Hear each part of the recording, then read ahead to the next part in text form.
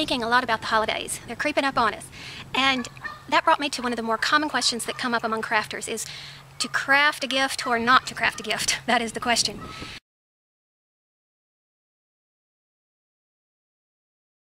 Olivia Bennett brought this up a while ago, talking about the fact that not everyone understands what goes into yarn work, or crafting in general, I think.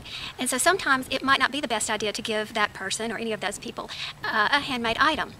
And shortly after she was talking about that, I saw on the Lion Brand blog or newsletter, Franklin Habit, who is I think he's a knitwear designer or something.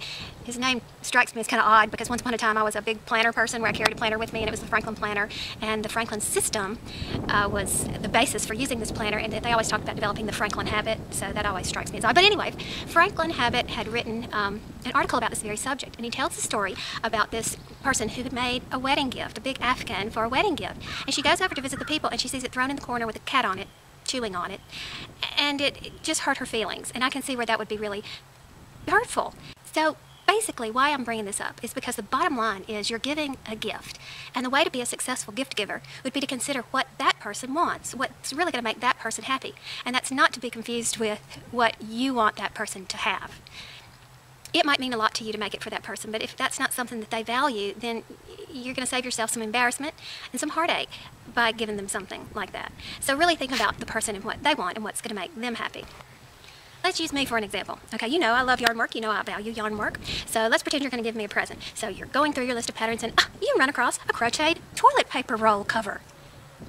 Don't give that to me. I'm not going to use a crocheted toilet paper roll cover. Now, is there anything wrong with that?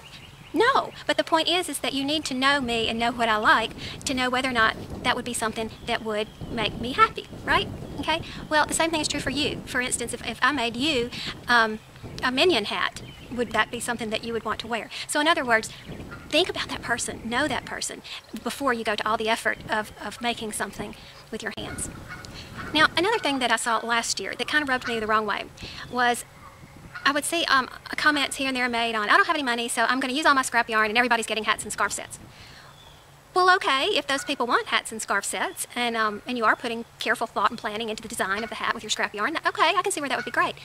But again, you know, you don't just decide that's what you're going to give because you want to give it. At least that's not the proper sentiment with gift giving.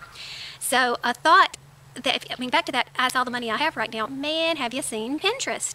There are some wonderful, inexpensive, terrific gift ideas. And I've pinned a lot of them, so you can go look on my Pinterest. I think I have it under, my board's called If I Could Craft, because essentially I'm not a crafter. Yarn is pretty much mostly all I do. But last year, for example, my son, he's a big fan of European football, known to soccer, to us at the States. He even pays for those extra channels and everything. And he wanted some coasters. And so I saw a way to make coasters from a tile and Mod Podge. And of course, I printed a logo on the computer because I'm always looking to site, and I love playing on the computer. And he loved those coasters. They were, I can't remember the name of the team he loves, but he said, Mom, that's great, that's great. And he's not generally your handmade type of guy, especially not the yarn stuff. He lives in Florida, so he doesn't have much need for anything warm like that.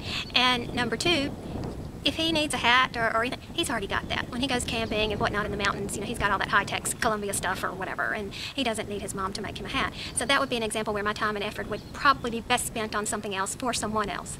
So, but look, I did an inexpensive gift that he absolutely loves. He has them in his house.